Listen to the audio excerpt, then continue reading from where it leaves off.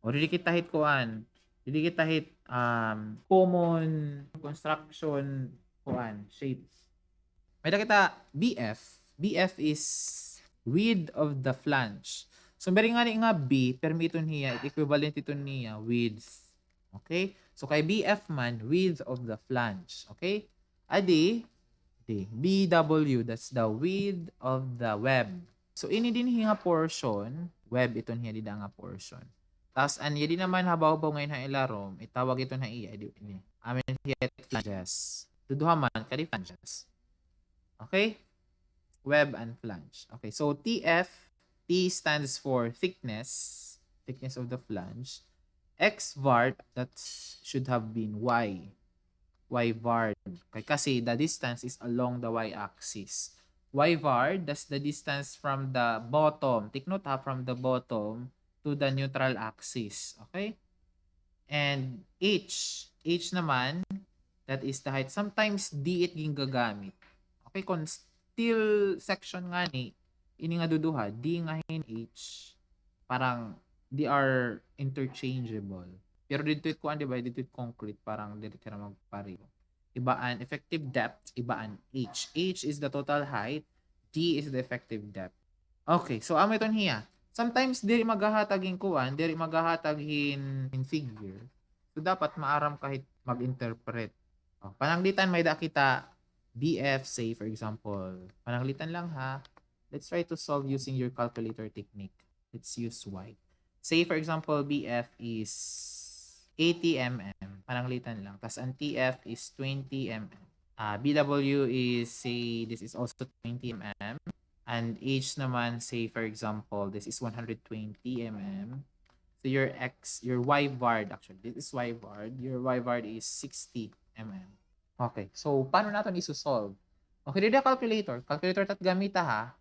Gamiton ko an kanon. Kay asya man it allowed nga gamiton it ko an. Okay, ito niya it ko an, it given. Okay, so i-divide natin into 3 shapes. Regular shape. Although, diri rectangle, but nasugod dito ko an it edge. Pang, you have to treat it as if it's a rectangle. Kasi gutileton niya nga kuan. Gutileton niya nga discrepancy. Okay? A1. I-divide natin into 3 shape ha. Koloran ko lugod ano para makita niyo. Adi an A1, adi an A2, tapos A3 naman is okay, A1, A2 and A3. Okay. A1. Ano it INA hit A1? Mode 1 kita. Adi kita hit calculation mode lan. Mode 1 lanay. So for A1, that would be the base is 80, the height is 20 cube over 12. Okay, in-store ko yung A and A1. And A2, what's the base and A2? 20, di ba? The height is 120, the total height is 120 minus the thickness of the flange which is 20, habaw-baw tas haubos. So 120 minus duha nga 20, 40, that would be 80. Am I right? 80 height hit A2 cube over 12. Store it to B. Tas ang katulo naman nga area, ang katulong nga area, same lagi hapan an A1. I-copy ko na la. An A, store ko gyap ha C. Pareho man lahera, di ba? An A han C. Hindi ko na isusol. So, makada ka mode 3, 2. Pwede na ako mapokus sa Y because all the distances is along the Y. So, for A1, that would be 120 minus half han 10. Okay? Adi didit centroid han A1. Kita adit centroid A1. The distance ti kan centroid A1 ti pakadidit reference axis naton. The reference axis will be at the bottom. Pero ito niya distance. 120 minus 10. Diba? Kasi the thickness of the flange is 20. It's centroid. Ada manitbut nga. So katungahan 20 is 10. Okay? So 120 minus 10, that is 110. An A2. 60. Ada na nga diba? 60. Ano naman? 60. It's centroid hit A2. Katong height 120. 60. Tapos an A3 naman, that is 10. Oh, tapos sa frequency, ang mga area naman, 80 times 20. Yan. Habaw-baw, an A2 is, rate niya 20, and width, tapos an height niya is 80. 80, diba? 120 ang total height, minus 2 nga 20 habaw-baw, tapos sa ilarom. So, pera 80. Usa nga 20 habaw-baw, usa nga 20 hilarom, so 2 nga 20. So 120 minus 40, that is 80. Tas sa ubos naman is also 80 times 20. Press AC. Now, kukuhaan mo para makuhaan iya moment of inertia, igsasamlan nimo tanan.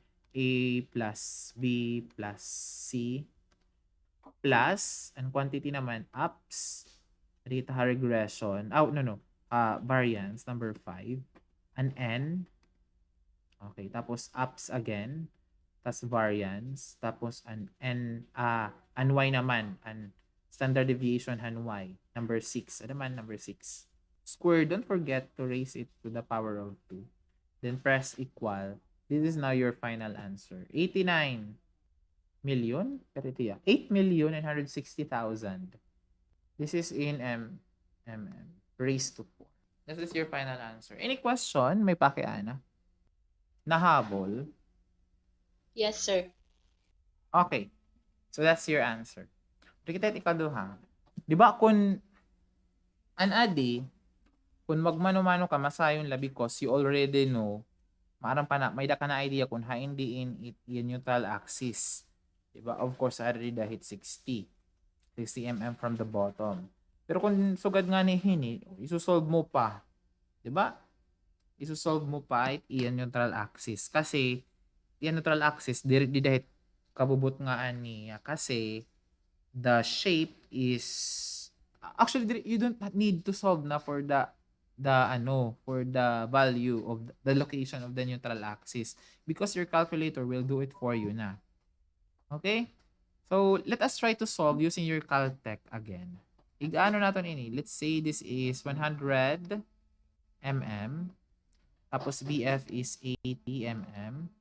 Tapos TF is still 20 mm. Tapos ang BW is also 20 mm. Dili kita maaram kumpara ini. Okay. So, calculator again. Calculator. Siyempre makato ka mode 1 again kasi you need to solve for the neutral moment of inertia of the neutral axis from the neutral axis of each shapes of each Okay, so for A1, again this is your A1 ha. This is your A1 tapos ari naman ang A2 haubos. Okay, for A1 that would be 80 times 20 raised to 3 over 12. Store ko ha A. Okay. Tapos sa an A2 naman, that would be 100 minus 20, 80 times the width of the web is 20 raised to 3 over 12. Yan. Tapos store ko Sir, naman. balik na data, sir.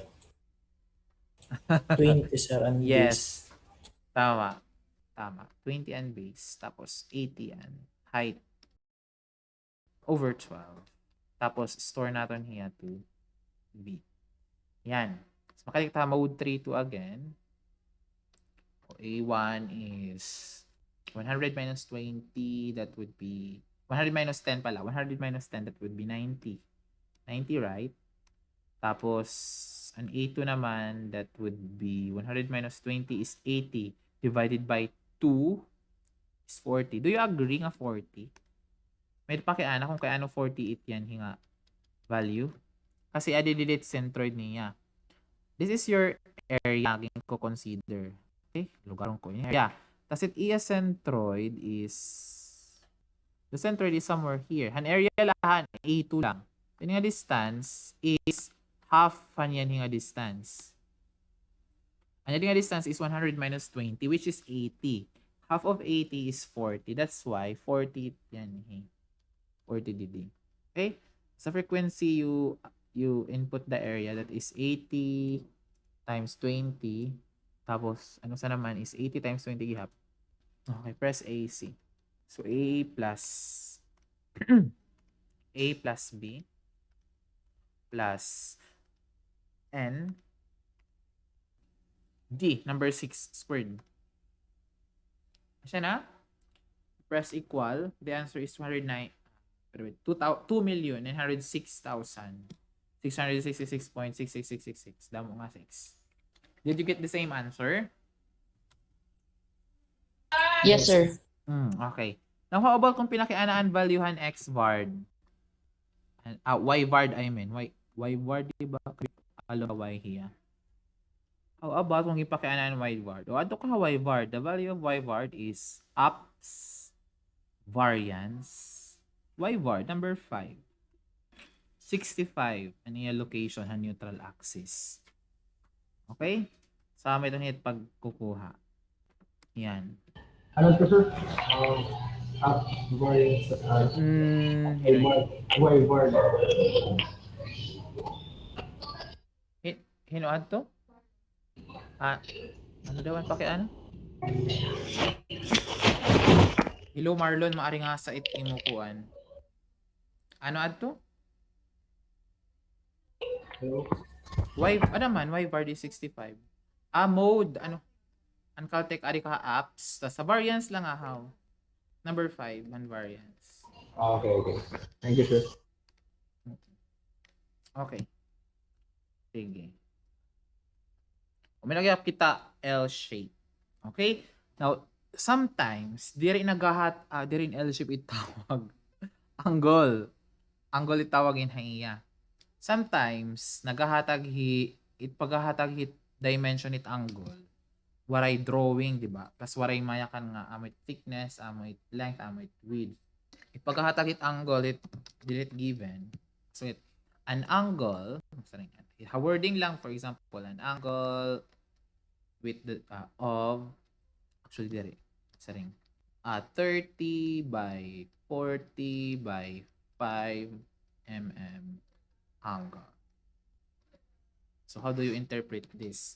So 30 of course asya width, asya man it pinaka guti, di ba? And 40 naman asya ang length, and 5 is may ito niya ang thickness. So paano natin i-drawing? Masugad pag drawing hini ha.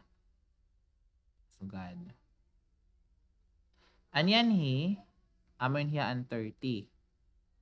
Take note ha with the location of tikan didi nga dida. Tas tikan didi nga dito. Amit hiya at 40. Tas it thickness amoy hiya at 20. Yan. Okay? Sometimes kasi bangin ka mo yung pag-interpret is hindi nga distance it 30. Deri ha, it distance kutob didi. Yan. Tapos, sometimes, may mga problem nga ipapakuha equivalent niya nga plate. Para kang may plate, it plate parang usalito niya pasugad la. Ada angle hiya. Sorry. It plate naman na sugad it plate. Okay. Kung pananglitan it equivalent area it plate it ginbibiling. Gawin ko nga ha. Kung equivalent area it ginbibiling, it iya magiging so itakon drawing. Pasensyahan na lang niyo. Nagmabalik ko. Total height hito niya, height plate, magiging 30 plus, 40 plus 30, magiging 40 plus 30 minus the thickness. Tas adi naman, this is the thickness. 40 plus 30 minus the thickness. Hindi nakikita. Okay. Usually, dito ito makukuhaan, magagamitan hit when we are trying to solve na dito ang mga connections, ang mga bolted connections, tas ang mga welded connection. Magagamitan ninyo. Okay, sige. For now, dito lang kita focus hit moment of inertia. Okay, so ito hiya. Of course, the center of gravity is maguwas. Okay. Any question before I proceed? Sir. Sir, kaya na po 20 ang thickness. Di ba dapat 5? Sorry. Nagkamali Sige lang na pag po, sir. nagkamali pagsurat. This is 5 pala, sorry. Let's try to use the Caltech once more before we proceed with the next lesson. Although next lesson related lagi pa moment of inertia. Pero okay, let's use the Caltech here. Let's say the thickness is 10 mm. Pananglitan lang ha. And the length is 60. Nanalapang-lapit values for the sake of discussion. The width naman is, let's make this 50 mm. Okay? Find the moment of inertia. Find the moment of inertia with respect to the neutral axis. You try to solve, okay? Okay, do you have an answer na? What's your value? 141. 3. Pero nga 3. Oh, ano sir nga value? An NA? 1413333. Ano man Try yun lang yung sir. 101? There sir, 141 sir nakyakan kanina. 141, upat nga 3. Try lang. Point 333. 32. Mm. Mm raised to 4. Did you get the same answer? Sige daw. Ay, sorry. Start mode. A1 is...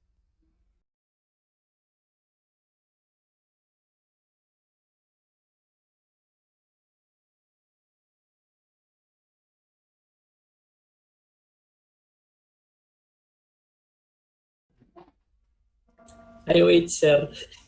Tuwing tanak nabutang 10. Sorry.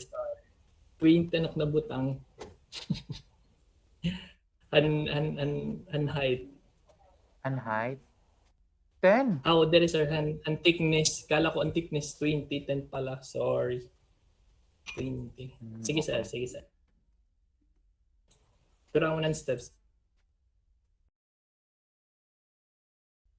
Nakikita niyo?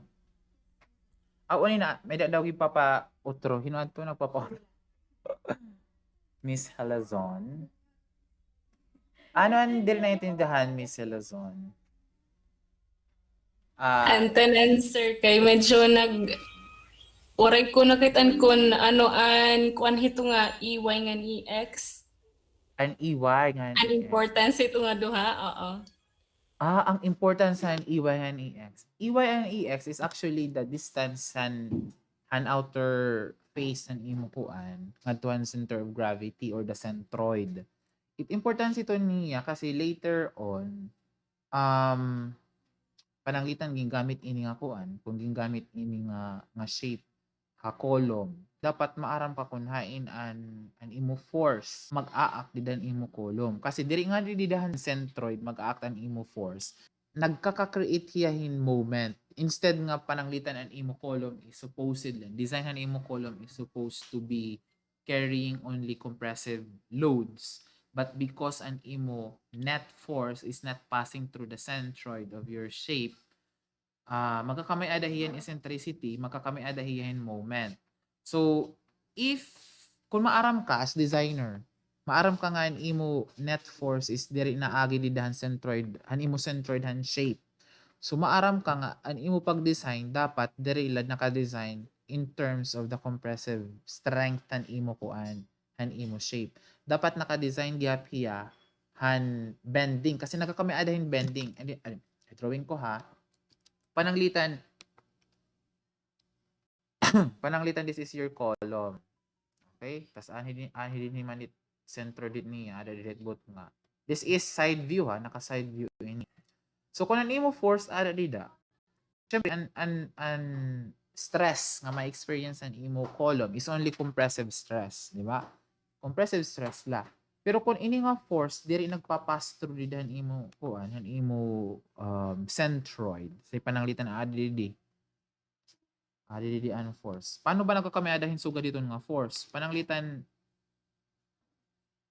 nga sugad. Diba? Nasugas.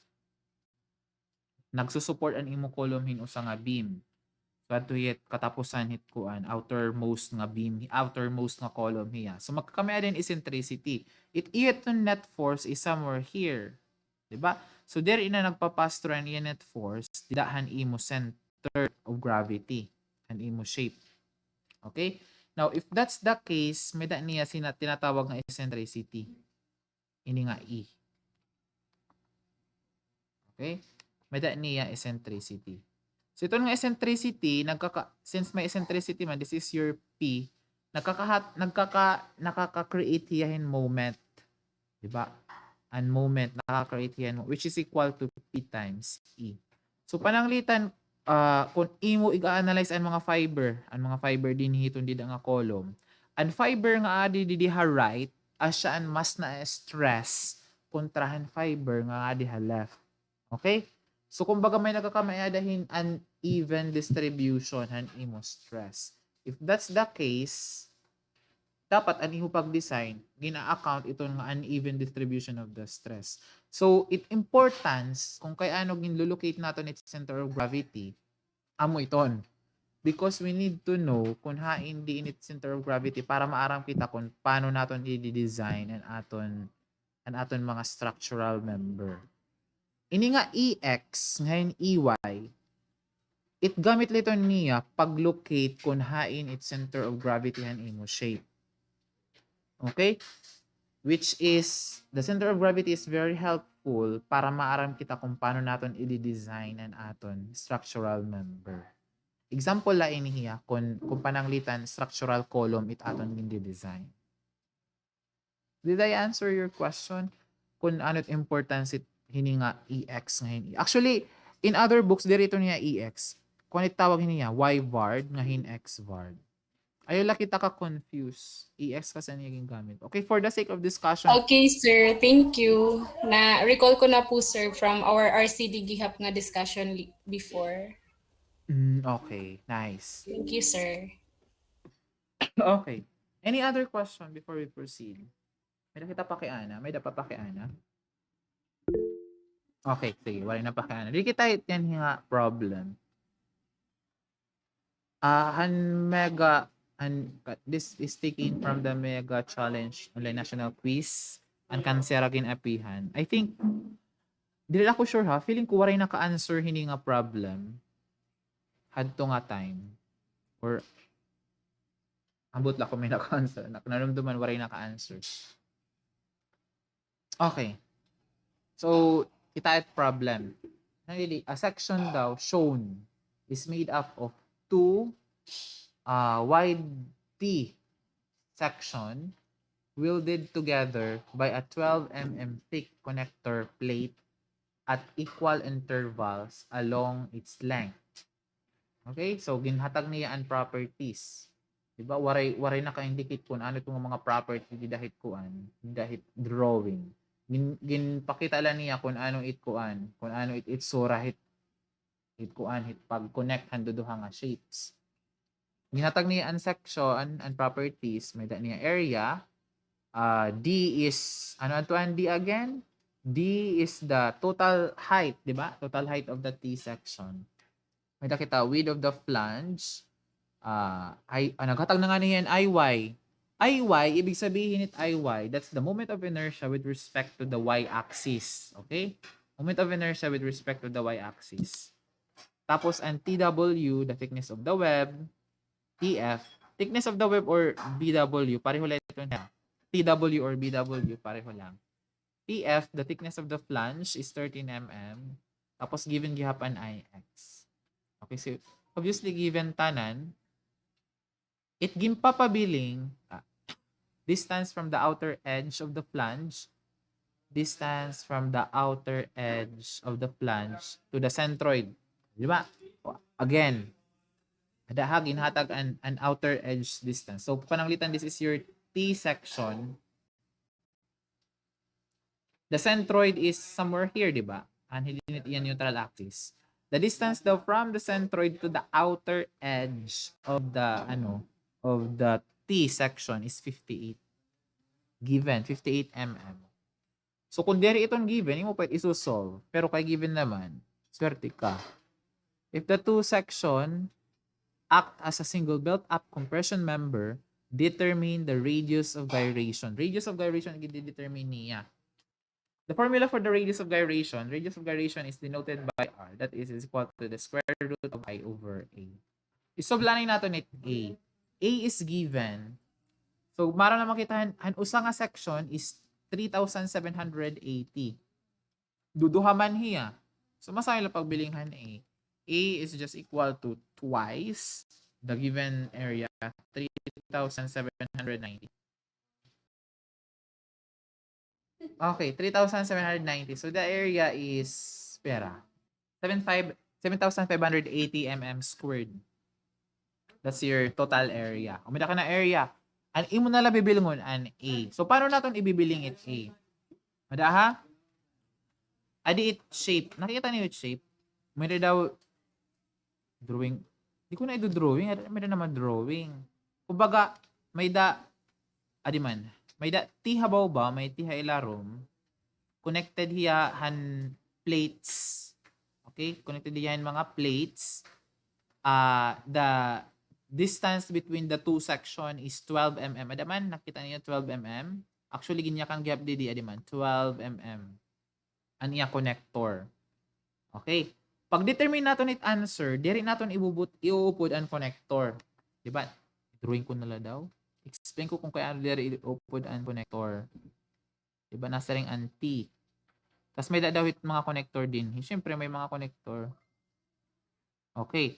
Pag-compute naton ay diri naton ibubulig ang connector because diri iton hiya nakakabulig han strength han kuan compressive strength han aton shape kasi iton nga mga connector parang kumbaga side view kung adi an observer nasog ka dito nit iyat sora these are the web tas adi an flange tapos another flange didi. Explain ko lang ha. Wait lang. Nagigets niyo? Adi ang flange. Okay? Adi iton hiya nga mga flanges. Adi ba nga mga flanges? Daw, ambot lang ko naintindihan niyo. Ini, amin hiyat yan hi. Yan nga mga flanges. Nakikita niyo? Nagigets niyo? Okay? Tapos, iton nga mga connector, i-trace ko ha, iton nga mga connector, parang kutublet yung adalit dida hiya. Tapos, another connector naman didi. Tapos, another connector naman didi. So, connector leto niya. So, dire nato nag-a-update connector in solving for the moment of inertia. Kasi connector leto niya. Dire ito niya apihan shape. Okay? So, yan. So, paano natin i-determine? Of course, pag-determine natin, similar lang awan kanina. Hindi ko na i-recall. Susurat ko na ladidi. Ano to ang general formula? INA is equal to the summation of INA. Actually, there INA. I at any koan. At I, the moment of inertia at any axis is equal to the summation of INA plus AD squared. Ano nang bibilin dida? Determine the radius of gyration about the x. About the x. So, an aton moment of aton neutral axis is the x-axis. Ini nga axis. Ini nga axis, di ba? X-axis. Ano itong axis? Ini ba? Ini nga axis. Dudruin ko ini nga axis. Ada nga axis it aton neutral axis. Obviously, amo neutral axis, di ba? Kita daw kay habaw ba o ngayon ilaw pareho man it iya kuan it iya area. Okay, so paano naton i-determine ini? Actually, you don't need your kuan na. Dili ka na makadto ha mode 3 to kasi given naman it tanan, di ba? Kita i-solve natin it kuan ha. So paano ba natin i-solve it? I is equal to unahon kuan ato habaw-baw nga area. Given na an iya IX. Di ba na diyan iya IX? Di ba han kuan habaw-baw? An iya INA amo iton hiyan nga IX. Okay? So ibutan ko didi 18.6 times 10 raised to 6 plus an AD squared naman niya. An A niya is 3,790. 3,790. What's the value of D? Okay ha? I-zoom natin. I-zoom ko. Ano it value with D? Ito nga D. Dito ngayon na-zoom. Okay, ito nga D. Adi ha, 58. Ini nga 58 mm. Ang distance ito niya, dudrawing ko ha, drawing ko lang ha, i-exaggerate ko para makita niyo. The centroid is somewhere here. The distance from the centroid to the outer edge is 58 mm iniya. Tapos, ang imo centroid duduhan na nga shape, composite shape na, is somewhere here. Diba? Adi didi dapit. Adi didi. Distance niya ti candidate centroid nga na direct edge is half han thickness han imo connector, which is 12. So half ito is 6 mm. Diba? So an imo D from the centroid to the centroid of the shape is 58 plus 6. Pero ito niya, 64. This is 64 squared. Diba? An usa pala ito, an ato pala baw-baw. An adi hilarom, same malangaw hiya, diba? Same hiya. So ita times 2 ko na, pareho man lahiya, adi ha ubos. It iya distance, it iya I, it iya A, pareho lang ha. So ita times 2 ko na lang. So this will be your answer. Pera. 8247680. Pera liwat ato 6. Yan? Yes, What are na sir. times 10 raised to chorba like that? Asya na ini. This will be in mm. What I point something? Mm raised to 4. This is your answer. Oh, no. That's not the answer yet. An I pala ito. Ang ipapabiling mo is the radius of gyration. So, I divided by A, then get the square root. What's the value of R? An I pala ini, di ba? An I pala ini. I is equal to 68 million. 68,247,680 raised to perabayan hiya. Mm. Radius of gyration. Mm. Kung ito net answer. Okay? So, radius of gyration is just the square root of I over A. So, sugad nga ni hini, applicable lang nga anyan nga formula. Okay? So, dapat, pero may hinagawa sa board exam actually, ini nga, sugad ini nga problem. Sometimes, diri naman T. Sometimes, C nga, nagbaliktaran na sugad niya C. Tapos, syempre, iya centroid aan din hi. Maram ka na kung, di ba, centroid, maram with centroid. So, maram ka na, you know how to solve for the moment of, moment of inertia. Ani din it iya centroid. Adit but nga, it iya centroid hit, composite shape na. So, it's as if, an usa nga T, titreat ni mo hiya as regular shape. Diba? Kangina, an aton mga regular shape is like rectangle, triangle, circle. Tapos yan, ang regular shape nato naman is, amo na ito niya nga mga wide flange. T, H, I. So, God. Itawagin na iya is composite or built up. Composite or built up actually, pinakakuan. Built up sections. Mga built up sections. Any question? May pakianap?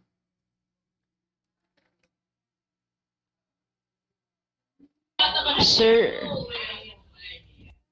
Nakalasan ako. Yes. sir, may dakala sir antay clarify po. Sir, aton sir na ko-compute caltech an moment of inertia. Dire ibala po an centroidal moment of inertia. An imo na ko computer calculator. Amo nito niya ang centroidal moment of inertia han composite shape. Pero actually, ang imuging kakaltekla, an AD squared lang. Kasi an INA, maaram ka naman, you are using the formula for the INA of each shapes, of each regular shapes. Ang imuging kakaltek dito is an AD squared lang. Pero it doesn't mean nga, an imuging susolve la, an kuan lang, an moment of inertia. An imuging susolve, an moment of inertia at the neutral axis, han composite shapes. Ibala sir di ba sir may dakatato solution kanina nga an atla sir answer an I sub NA waray sir AD squared. Anhain.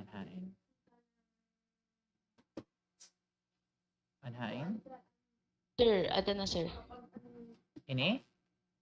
Where? No sir, an INA la sir an answer an 20 plus la po ada ito. Ini? Dire, sir. Sige, yak ni daw ako kunhain. Ini. Awan. Ato, sir. Ini? This one? Yes, sir. Opo. You are asking kung kay ano waray na an AD squared. Yakan ko, if the center of gravity or the centroid of the composite of each shape, separate shape nato na nakikita din. Sige daw. Oh, sir, diri po an magpatungan niya, sir, nga rectangle tapos square. Ano? Ini? Ini? Yes, sir. An onhan pa aday to, sir. Before diri. ito po. Ini? Feeling ko gin-erase ko kasi yan ko kay nag-caltech kita ano mo gipapakianan manual nga solution Yes, sir. ano man mo pakiana? Ini nga 68, this is the INA. INA in hiya nga kuan. Kasi Miss Gavan, 'di ba? Let's name this A1, tas this is A2 gihap. An A1 may da niya INA nga sarili la niya.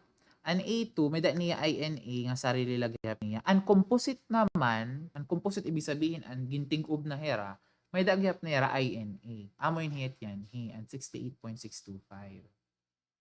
Kumbaga, each regular shape dito sa composite section may da niya INA, ang iya moment of inertia at the neutral axis of that shape only. Tapos kung usually atong ginagamit kasi computation at design is an INA talaga. Anong INA? Han composite shape. Nakuha. So, sir, diri na, sir, ma-add an AD squared. Okay. You are asking kung kay ano INA hiya. Okay. Asya nang pakiana kangina ni Arabel. Kung kay ano nga INA hiya, when in fact ginupod naman nito ng AD squared. Is that what you are asking? Yes, sir. Okay. INA hiya because amo ito ni moment of inertia, halidahan neutral axis, han composite shape. Ang formula naman hiniya, hining INA is amo na hiya ang formula. Amo niya ang formula. NA and iya subscript because an imo access. An imo access nga ging gagamit. Risko ha. An imo access nga ging gagamit is yan nga axis which is the neutral axis para han composite shape. That is why even though ginupod nimo an AD squared IN ilagyap ito niyan composite shape because with respect to an imo axis nga gingamit dida is the axis, a neutral axis ang imo gingamit. Han composite shape na. Okay, sir, baka nalipat ladak, sir, han gamit, sir, han INA. Oh. Ay. Okay. Okay, parang na-confuse daw kamo because kanginahan problem. Ay lang ang akong gamit, wala akong magamit in NA. Do not be confused with the NA. Ini nga subscript, pag denote la ito niya, kung haing nga access ang aton gingamit. So kung pananglitan, masaring ako, this axis, I will name this axis as AA. So it result niya, kung AA ang ako na axis, this is IA. Nakuha? But since ang atong gigamit is the neutral axis nga axis, it mare-result ito niya is the INA. The subscript denotes kung ano nga axis ang imo gingamit. Okay? Yes, sir. Gets ko na po. Opo. Gets. Thank you, sir.